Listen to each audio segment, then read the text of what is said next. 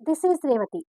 Video చూస్తున్న వారికి likes, కామెంట్స్‌తో support చేస్తున్న వారికి thank you so much. Last ఎపిసోడ్‌లో అవంతి మహర్షిని ఢీకొని కింద పడబోతుంటే, మహర్షి తన నడుం చుట్టూ చేవేసి పట్టుకుంటాడు. దాంతో వాళ్ళిద్దరూ ఆ ట్రాన్స్‌లో ఉంటారు కదా! ఆ తర్వాత నుంచి స్టోరీ కంటిన్యూషన్. మహర్షి ఎపిసోడ్ నంబర్ 3. తాన్యాతో పాటు బెనర్జీ గారు కూడా వాళ్ళిద్దరిని అలా ఆశ్చర్యంగా చూస్తుంటారు.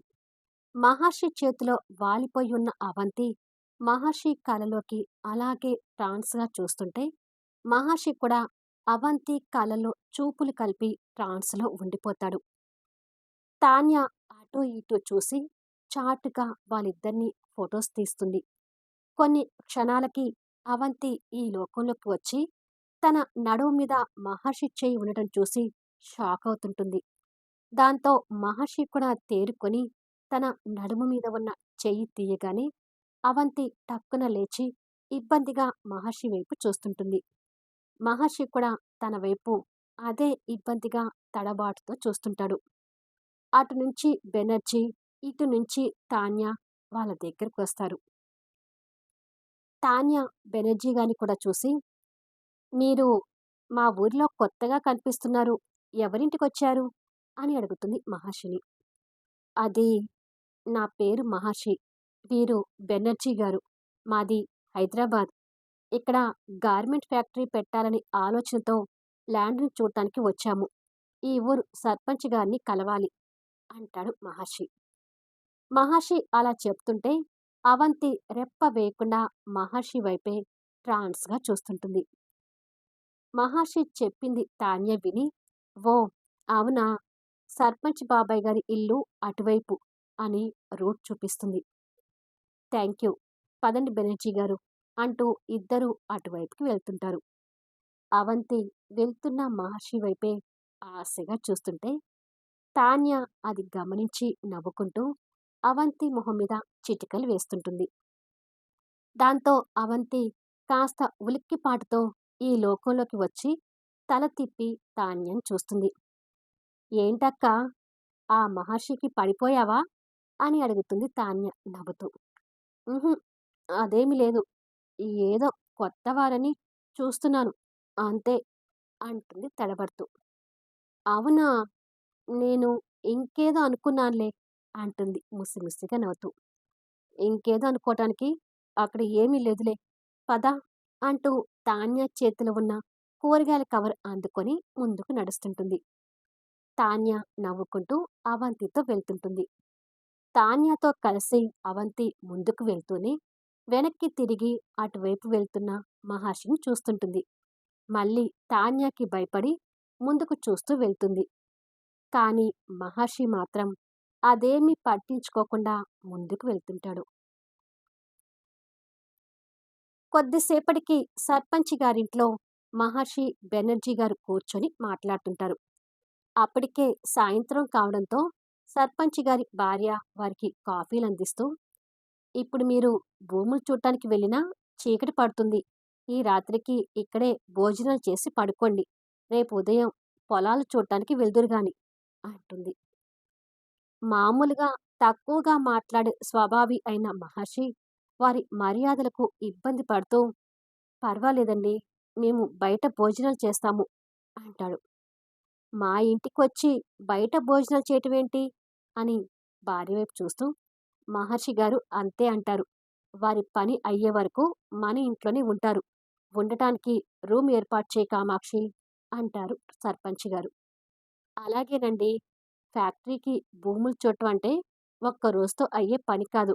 మీ పని పూర్తయ్యే వరకు మా ఇంట్లోనే ఉంటున్నారు" అని చెప్పి వెళ్తుంది కామాక్షి. "నేను ఊరికి సర్పంచ్‌నైతే మా ఇంటికి సర్పంచ్ నా భార్య. నా భార్య చెప్పిన మాట వినాల్సిందే. తప్పదు" అంటాడు సర్పంచ్ గారు నవ్వుతూ.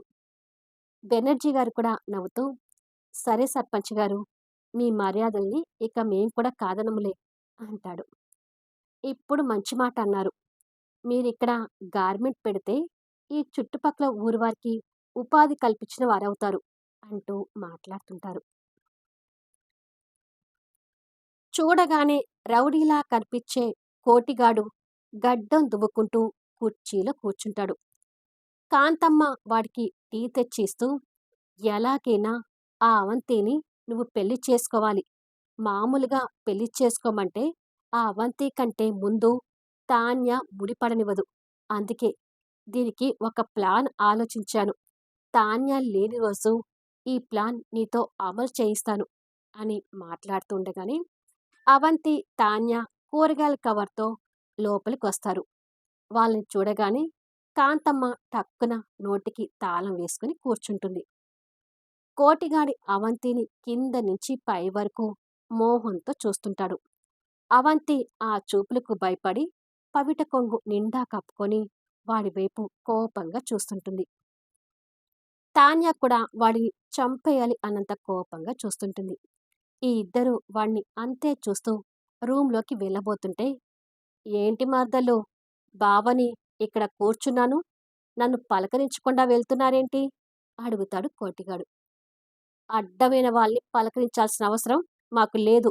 నువ్వు రా అక్కా అంటూ తాన్య అవంతి చేయి పట్టుకొని తీసుకొని రూంలోకి వెళ్ళి డోర్ వేసుకుంటుంది. ఆ తలుపు వేసిన చప్పుడికి కోటిగాడు మొహం విరుచుకుంటూ, కాస్త ఆ తాన్యాన్ని కంట్రోల్‌లో పెట్టుకోవే అత్తా అంటూ మాట్లాడుతుంటాడు. నైట్ 10 అవుతుంటుంది. మహర్షి ల్యాప్‌టాప్‌లో వర్క్ చూసుకుంటూ ఉంటే, పక్కన కూర్చున్న బెనర్జీ గారి ఫోన్‌కి శంకర్ కాలింగ్ అని పేరు పడుతూ ఫోన్ రింగ్ అవుతుంటుంది. మన ఆఫీస్‌లో వర్క్ చేస్తున్న ఆ గౌతమ్ మనిషి శంకర్ కాల్ చేస్తున్నాడు మహర్షి అని చెప్పి ఫోన్ లిఫ్ట్ చేసి, చెప్పు శంకర్ అంటాడు బెనర్జీ గారు. ఎక్కడ ఉన్నారు సార్ అని అడుగుతాడు శంకర్. దేనికి అని అడుగుతాడు బెనర్జీ గారు అనుమానపడుతూనే. అంటే కొన్ని ఫైల్స్ మీద సైన్ చేయాలి. రేపు ఆఫీస్‌కొస్తారు కదా అని అడుగుతాడు. లేదు, మేము వైజాగ్ నుండి వచ్చేసరికి 2 డేస్ పడుతుంది అంటాడు బెనర్జీ గారు. 2 డేస్ ఎందుకు సార్? అసలు వైజాగ్ దేనికి వెళ్లారు సార్ అని అడుగుతాడు శంకర్ టూకీ లాగటం కోసం. బెనర్జీ గారు కాస్త తడబడుతూ, ఎందుకంటే అది, అది అంటూ మాటలు వెతుక్కుంటూ వర్క్ చేసుకుంటున్న మహర్షిని చూస్తాడు. వెంటనే బుర్రలో ఒక లైట్ వెలిగి, మీ మహర్షి సార్ పెళ్లి చూపుల కోసం వచ్చాము శంకర్ అంటాడు. బెనర్జీ గారి మాటలకు మహర్షి చిన్నపాటి ఉలిక్కిపాటుతో చేస్తున్న వర్క్ ఆపి బెనర్జీ వైపు చూసి అవంతికి తనకు మధ్య జరిగిన సీన్ గుర్తుకు తెచ్చుకుంటాడు. ఆ వెంటనే కావాలని ఆ ఆలోచన నుంచి బయటకొచ్చి వర్క్ చేసుకోవడం మొదలుపెడతాడు. అటునుంచి శంకర్ కాస్త ఎక్సైట్‌మెంట్ అవుతూ, ఓహో! మహర్షి సార్ పెళ్లి చూపుల కోసం వైజాగ్ వెళ్లారా? పెళ్లి ఎప్పుడనుకుంటున్నారు అని అడుగుతాడు వాళ్ళ దగ్గర నుంచి విషయాలు గుంజానని సంతోషంతో. అమ్మాయి నచ్చితే ఈ 2 రోజుల్లోనే పెళ్లి కూడా చేసుకునొస్తాడు అంటూ వెటకారంగా మాట్లాడతాడు బెనర్జీ గారు.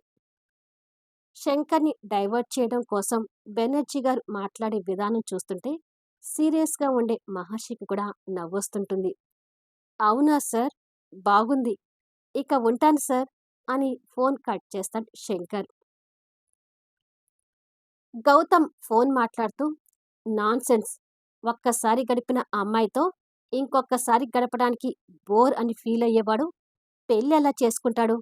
ఒకవేళ ఆ మహర్షి కర్మకాలి పెళ్లి చేసుకున్నా ఆ అమ్మాయి జీవితం నిలువున నాశనం కావడమే అంటాడు కోపంగా. మహర్షి పెళ్లి చూపుల కోసం వైజాగ్ వెళ్ళామని బెనర్జీ గారు నాకు చెప్పిన విషయం మీకు చెప్పాను సార్ అంటాడు శంకర్ ఫోన్లో. అసలు వాళ్ళు వెళ్ళింది వైజాగేనా? ఇదంతా నాకు నమ్మకం కుదరటం లేదు. నువ్వు నాకు సంబంధించిన మనిషివని వాళ్ళకు ఎక్కడా అనుమానం రాలేదు కదా అని అడుగుతాడు గౌతమ్. ఆ అవకాశమే లేదు సార్. ఎంత ప్లేబాయ్ అయినా పెళ్లి చేసుకోకుండా ఉండడు కదా! నిజంగానే పెళ్లి చూపులకు వెళ్ళి ఉండొచ్చు అంటాడు శంకర్. నిజమేనేమో అనే ఆలోచనలో ఉంటాడు గౌతమ్. సరే సార్, ఇక ఉంటాను అని చెప్పి ఫోన్ పెట్టేస్తాడు శంకర్.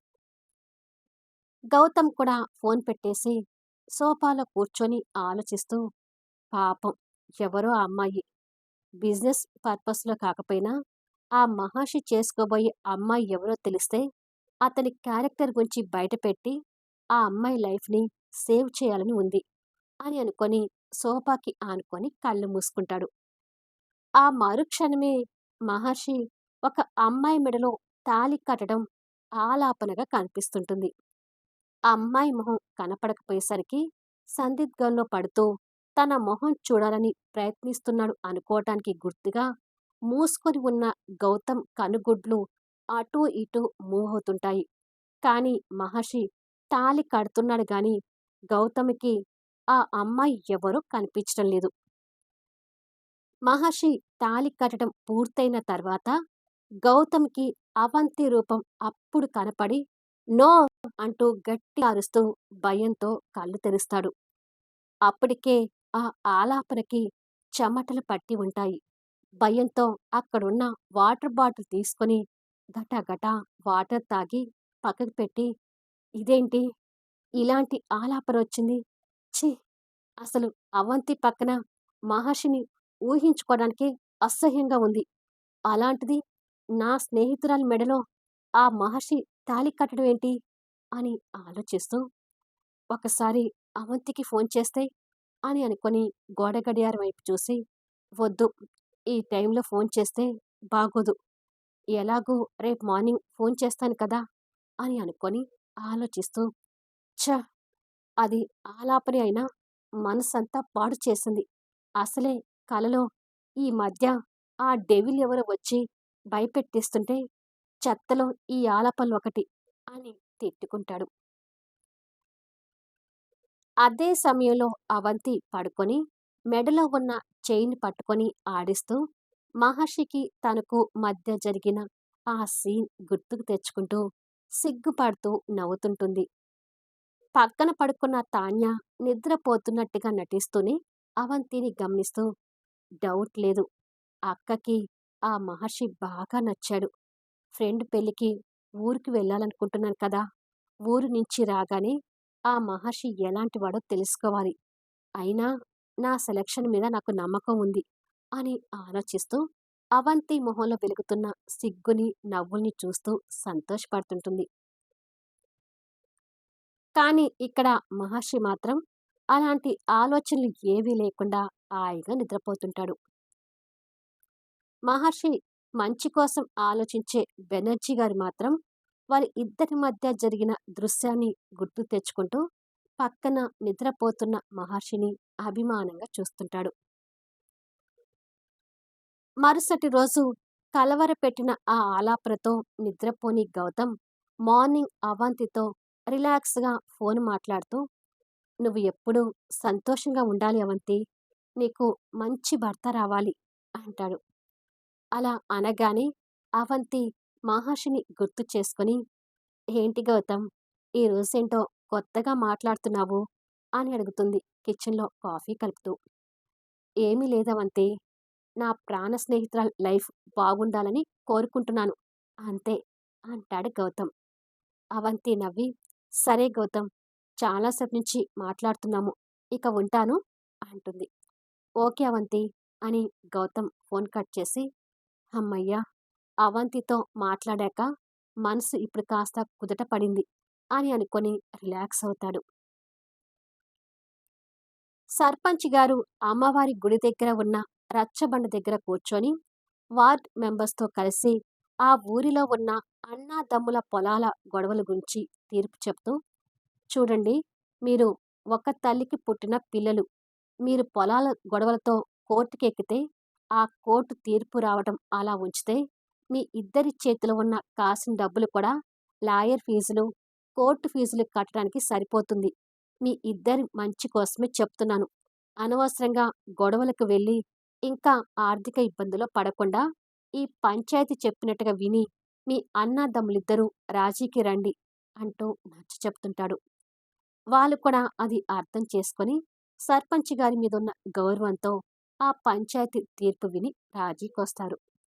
అదంతా చూస్తున్న మహర్షికి, బెనర్జీ గారికి ఆ ఊరి మీద, ఆ ఊరి సర్పంచ్, పంచాయతీ సభ్యుల మీద మంచి గౌరవం కలుగుతుంది. కొద్దిసేపటికి సర్పంచ్ గారితో కలిసి మహర్షి బెనర్జీ గారు ఫ్యాక్టరీ కోసం పొలాలు చూస్తుంటారు. ఈ పొలాలన్నీ రైతులు అమ్మేవే. కొంతమంది రైతులు పిల్లల చదువుల కోసం గుంటూరు వెళ్లి ఉంటున్నారు. మీ ఫ్యాక్టరీకి వెసులుబాటుగా ఏ పొలాలు కొనాలనుకుంటున్నారో చెప్తే ఆ రైతులకి నేను కబురు పెడతాను అంటాడు సర్పంచ్ గారు. మేము ఈ పొలాలతో పాటు ఒకసారి ఈ ఊరు మ్యాప్ కూడా చూసుకొని మేము ఏ పొలాలు కొనాలనుకుంటున్నామో మీకు చెప్తాం సర్పంచ్ గారు అంటాడు మహర్షి. మీ ఇష్టం, ఎప్పుడైనా చెప్పండి అంటూ సర్పంచ్ భూములు చూపిస్తుంటాడు. కొద్దిసేపటికి భూములు చూసిన తర్వాత సర్పంచ్ గారిని తీసుకొని మీరు కారులో వెళ్ళండి బెనర్జీ గారు. నేను ఊరిని చూసుకుంటూ నడుచుకుంటూ వస్తాను అంటాడు మహర్షి. అలాగే అని సర్పంచ్ బెనర్జీ గారు కారులో వెళ్తుంటారు. బెనర్జీ గారు కార్ డ్రైవ్ చేస్తుంటే సర్పంచ్ గారు పక్కన కూర్చొని మీ మహర్షి గారికి పెళ్ళయిందా బెనర్జీ గారు అని అడుగుతాడు. బెనర్జీ గారు బలవంతంగా చిన్న నవ్వు నవ్వి ఇంకా లేదు అంటాడు. సర్పంచ్ గారు మనసులో మాట్లాడుకుంటూ పాపం అవంతి, ఆ కాంతమ్మ అవంతిని ఆ కోటిగాడికిచ్చి పెళ్లి చేసి తన జీవితాన్ని నాశనం చేయాలని చూస్తుంది. మహర్షి లాంటి సంపన్నుడితో అవంతి జీవితం ముడిపడితే సుఖపడుతుంది అని ఆలోచిస్తుంటాడు. సిటీలో పెరిగిన మహర్షి పొలాల గట్టుల వెంట కష్టంగా నడుస్తూ కాసేపటికి ఊరిలోకి వస్తాడు. అవంతి దగ్గర ఇంకొక టాలెంట్ కూడా ఉందండోయ్. ఆ టాలెంట్ ఏంటంటే గొంతు మార్చి ఏ హీరో వాయిస్తోనైనా మిమిక్రీ చేయగలదు. వీధిలో నలుగురు పిల్లలతో అవంతి కలిసి కూర్చొని సీనియర్ ఎన్టీఆర్ డైలాగ్స్తో మిమిక్రీ చేస్తూ పిల్లల్ని అలరిస్తుంటుంది. అది విని పిల్లలు చప్పట్లు కొడుతుంటారు. ఈసారి చిరంజీవి డైలాగ్స్ చెప్పక్క అంటూ పిల్లలు అడుగుతారు. అప్పుడే అక్కడికి మహర్షి వస్తుండగా ఓకే, ఇంద్రా సినిమాలో చిరంజీవి డైలాగ్ చెప్తాను అని వీరశంకర్ రెడ్డి మొక్కే కదా అని పీకేస్తే పీక కోస్తా అంటూ అచ్చం చిరంజీవి వాయిస్తో డైలాగ్ చెప్తుంటుంది. ఆ వాయిస్ ఎక్కడి నుంచి వస్తుందో మహర్షికి అర్థం కాక చుట్టూ చూస్తుంటాడు. ఫ్లూట్ జింక ముందు ఊదు, సింహం ముందు కాదు అని అవంతి బాలకృష్ణ డైలాగ్ చెప్తుండగా పిల్లలతో ఉన్న తనని చూస్తుంటాడు. మహర్షి చూస్తున్నది అవంతి గమనించకుండా పిల్లలు హీరోల పేర్లు చెప్తుంటే వాళ్ళ డైలాగ్స్ మిమిక్రీ చేస్తుంటుంది. మహర్షి మౌనంగా అది చూస్తుంటాడు. ఈసారి నీకు నచ్చిన హీరో డైలాగ్ చెప్పక్క అని పిల్లలు అడుగుతుంటారు. అవంతిలో ఉన్న ఆ టాలెంట్‌కి మహర్షి చిన్నగా నవ్వుకొని వెళ్ళబోతుంటే నాకు నచ్చిన హీరో డైలాగ్సా? అంటే అని ఆలోచిస్తూ హా! చెప్తాను అని నా పేరు మహర్షి. వీరు బెనర్జీ గారు. మాది హైదరాబాద్. ఇక్కడ గార్మెంట్ ఫ్యాక్టరీ పెట్టాలనే ఆలోచనతో ల్యాండ్‌ని చూడటానికి వచ్చాము. ఈ ఊరు సర్పంచ్ గారిని కలవాలి అంటూ మహర్షి వాయిస్‌తో చెప్తుంది. వెళ్ళబోతున్న మహర్షి అచ్చం అతని వాయిస్‌తో ఆ డైలాగ్స్ వినపడగానే టక్కున అవంతి వైపు తిరుగుతాడు. అక్కా, ఈ గొంతు ఎవరిది అని అడుగుతాడు అందులో ఒక అబ్బాయి. నేను చెప్తాను. మన ఊర్లో ఫ్యాక్టరీ పెట్టాలని హైదరాబాద్ నుంచి మహర్షి గారని వచ్చారు. వారు కూడా సినిమా హీరోలాగా ఉన్నారు. వారు నిన్న చెప్పిన డైలాగ్ కదక్కా అంటాడు అందులో ఉన్న ఒక అబ్బాయి. అవంతి కాస్త సిగ్గుపడుతూ అవును అని సరే మీరు స్కూల్‌కి వెళ్ళండి. మళ్ళీ రేపు మిమిక్రీ చేద్దాం అంటూ వాళ్ళని పంపిస్తుంది. బాయ్ అక్కా అంటూ వాళ్ళు వెళ్తారు. అవంతి కూడా వెళ్ళబోతూ ముందుకు అడుగులు వేసేసరికి ఎదురుగా చేతులు కట్టుకొని గంభీరంతో సీరియస్‌గా నిలబడ్డ మహర్షిని చూసి షాక్ అవుతుంటుంది. మళ్ళీ నెక్స్ట్ వీడియోలో కలుద్దాం. ఆ తర్వాత ఏం జరుగుతుంది? ఇప్పుడు మహర్షి అవంతిని ఏమంటాడు? 2 రోజుల్లో మహర్షి పెళ్లి అని బెనర్జీ గారు మామూలుగా చెప్పిన మాటలు గౌతమ్ ఆలాపన నిజమవుతాయా? తూర్పు పడమరలాగా ఉండే ఈ ఇద్దరి మనస్తత్వాలు జంటగా మారితే ఎలా ఉంటుంది? తెలుసుకోవాలి అంటే అద్భుతమైన మలుపులతో ఆసక్తికరంగా సాగిపోయే కథా వీడియోస్ని మిస్ కాకుండా చూడండి. కథ నచ్చితే లైక్ చేయండి, కామెంట్ షేర్ చేయండి, సబ్స్క్రైబ్ చేసుకుని ఛానల్ షేర్ చేస్తూ సపోర్ట్ చేయండి. Thanks for listening.